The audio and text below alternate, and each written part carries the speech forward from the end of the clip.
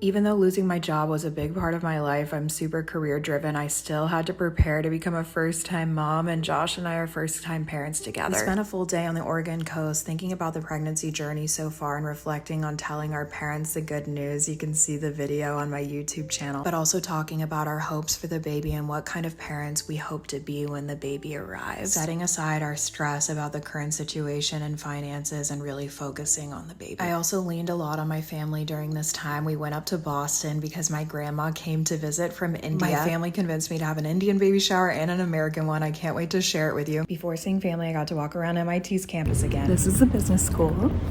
Graduating with my master's at MIT was a big goal I had that I wanted to achieve before becoming a mom, and I still can't believe that I did it. Visiting reminded me how far I've come, and I can't wait to see what big goals and dreams my baby has, and I can't wait to help him achieve them one day. By now, you know my secret's out. I was laid off pregnant. Let's talk about what happened. Let's debrief, and let's talk about what I learned from this and what I hope to do next. Immediately after I got the news, I did a lot of crying. I'm pregnant and unemployed, okay? So don't blame me. After feeling sorry for myself and crying for the first 5, maybe 10 minutes, I started to really face reality and realize that my situation was not the best. Even though I had a severance package, here are the things I did immediately after being laid off so that my life wouldn't continue to fall apart and I would be able to provide for my baby. Before we get into my layoff plan, I wanted to answer a question. A lot of you were asking me what exactly happens in the layoff meeting, what can you expect if you're going into it? Not that much happens, to be honest. It's fully scripted, especially if you're in the US. It's pre-written by HR, checked by legal, so that the company is not open to any liability. So they really don't tell you anything. What I heard was due to company changes and restructuring and reorganization, your role no longer exists, basically. And you'll receive more details of next steps in an email. Do you have any questions for us? I am proud that I had the confidence to ask the question to say, does my role no longer exist have anything to do with the fact that I reported my pregnancy last week? Of course I said no, but I'm still proud of myself that I asked the question. In the severance agreement, you'll find the details of when you can expect your health insurance to go away, how long you'll be paid for, and what will you be paid lump sum payout for your severance payout. It can go a bunch of different ways. That's just my experience. I've heard of people being terminated from a layoff and having to work for the company for a few extra months. Luckily, I was logged out right away and didn't have to do any more work. I feel like that would have been really hard to navigate with coworkers that weren't laid off and continue on. So I'm thankful for that part of the situation. I've also heard of people who do not get paid after being laid off and do not get a severance agreement. So every company and every situation is different. For me, my severance agreement was based off of time and tenure at the company. So for 2 years or less, I got paid for another 2 months, my regular salary. And then after that, I had to decide by a deadline if I wanted to sign the severance agreement and get my lump sum payout. Signing the severance agreement, you are gaining some compensation, but you're also giving up your right to sue or pursue legal action. That was another big question I got. Are you going to have a lawyer look over your severance agreement? Are you going to have a lawyer look into the situation since you're pregnant? Trust me, I tried everything I could. I reached out to maybe 15 lawyers. It is not an easy process like everyone says, especially if you're in a small city. There's not that many lawyers that specialize in this area in our city that probably don't have conflicts of interest. It was a long process. I asked ChatGPT, what are the lawyers that specialize in employment law in my area? I reached out to maybe 15 or 20, went through the process of getting scheduled with them, doing the intake form, doing an intake call with a legal assistant, getting the cost. I was trying to find a lawyer who would work with me on contingencies, so that would mean that they would get paid when we won the case, a portion of the winnings of the case, so that would reduce my risk with a baby on the way, or a lawyer with an affordable rate, and I just wasn't able to find it.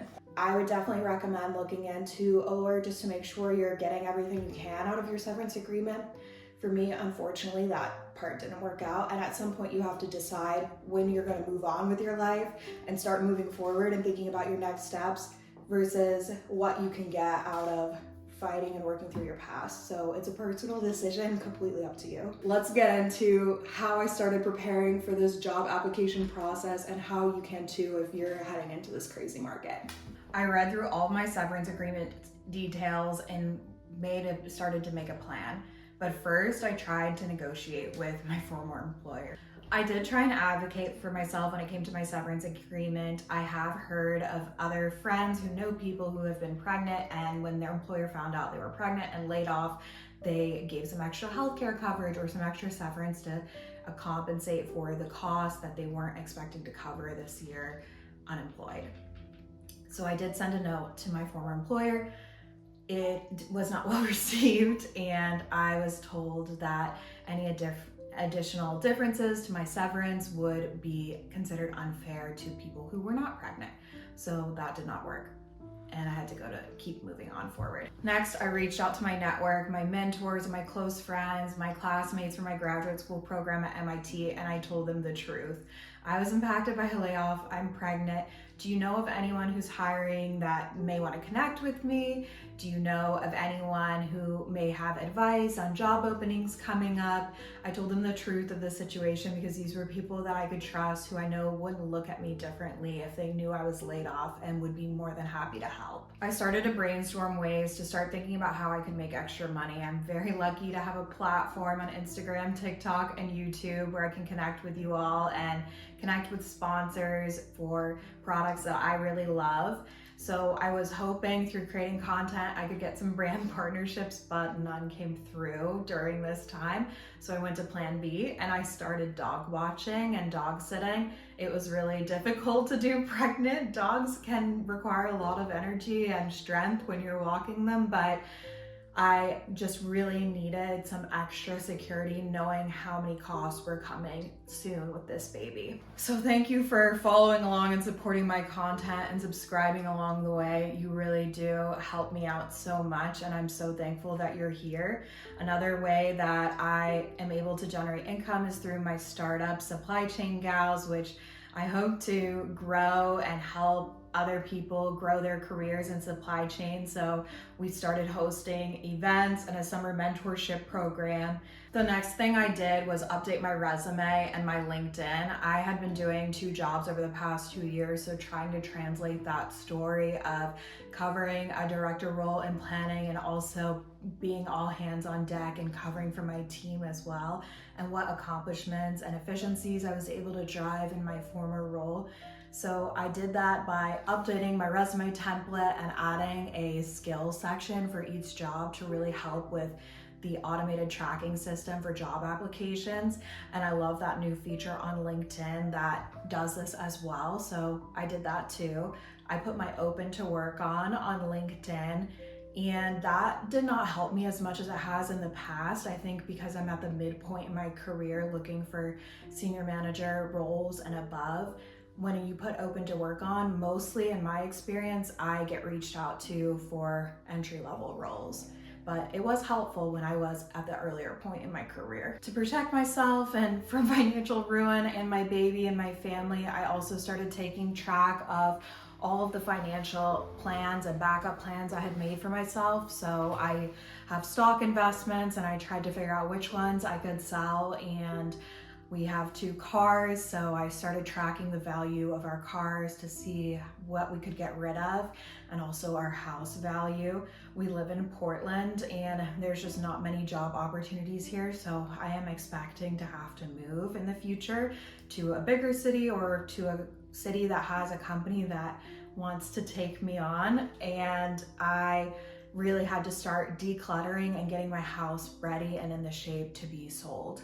I reached out to a realtor to do a broker market analysis of my neighborhood and the area to get the comps and for other houses sold to see what my house could potentially sell for. And I started tracking all the improvements and renovations we had done to our house since buying it to see where it might be valued in the market. The most common sense financial thing I did to protect myself after layoffs was cut costs and budget. I started meal planning, meal prepping, grocery shopping. We stopped eating out. We cut unnecessary expenses like going to the movies or traveling or going on trips, which was tough because when you're pregnant, you're supposed to be having a baby moon and celebrating, but it just was not in the cards for us given my layoff and the situation that was looming above us. After reaching out to my immediate network and not getting many leads, it can be a slow job search process, especially when you're chatting with people and the economy is in the state that it is and a lot of companies are doing layoffs. I started reaching out cold to people and asking them for coffee chats, career advice chats on LinkedIn. Here's the template that I used when reaching out to people, and a lot responded, which was so nice. And I told some of them that I was laid off. I didn't tell them I was pregnant to protect myself from potential discrimination, but others I decided not to tell I was laid off, and just that I was interested in finding a new job, doing something different, and learning more about their company. And I tried to just focus the conversation on the future, because I did notice when I told people I was laid off, it kind of came off as desperate, and I got a different reaction of, oh, let me help you, versus saying I was in a good spot and I just wanted to look for a new opportunity. I felt like people were more interested and willing to help me find a new job when they didn't think I was so desperately looking. Life may not be okay right now, but I am still so excited for this baby to come and join our family. I'm excited to be a mom, and I'm more motivated now than ever to find my next career steps, figure out my life, and get prepared so that I can give this baby the best life that he really deserves. So follow along, subscribe. I'm excited to share my journey with you, the good, the bad, the ugly, no matter where it takes me. Thanks for being along for the ride. Another thing you all have been asking me is, how are the interviews going? Thank you so much for asking, and be sure to drop any questions you have in the comments. I'll answer them in future videos. I want to hear from you and what you're interested in during this process. How interviews have been going? They have been going okay, which is to be expected. I would say I apply to maybe 50 to 100 jobs a day. Like, I stay up all night applying to jobs, and Josh has to cut me off and tell me to go to bed because it's not healthy. But because I'm applying 100 jobs a day, I've had around 8 interviews. A lot of them were coffee chats that weren't really formal interviews for hiring managers that would have a position open up in the future or down the road. And I unfortunately don't have the time to kind of wait for 3 to 6 months when a position starts to open up to start the interview process. It was so nice to chat with so many people and get an understanding of the different roles I could be looking for to make my next step, because I want to do a little bit something different. I was in supply chain planning before, but I've also done pricing, data analytics, operations, and I've worked in retail, and I've really worked on the technology side, leading a data migration. So I'm trying to find my next role that is something I'm interested in and kind of brings those skills together and gets me closer to owning a P&L, being a little business owner within a bigger business. So it's been hard. I've definitely gotten tons of rejections for all the jobs that I apply for. I get probably more rejections than interview, definitely more rejections. But it's definitely a numbers game if you're applying to jobs in this market right now. It's not easy. You have to apply to so many to find that one interview that gets you to that one job, that gets you that one offer. You just need one, but it definitely takes a lot of work and effort to get there along the way. There are a lot of days that I haven't filmed behind the scenes where I'm just in my PJs applying all day. From the moment I wake up to the moment I go to bed, I'm sitting there doing my resume and applying to jobs. Today I had to go to the office and return my laptop in person, and I cannot tell you how awkward and embarrassing that felt. You should never have to return your laptop in person. They should give you a box and you should mail it back, because that is awful. So I'm dressed up, I'm going out to dinner.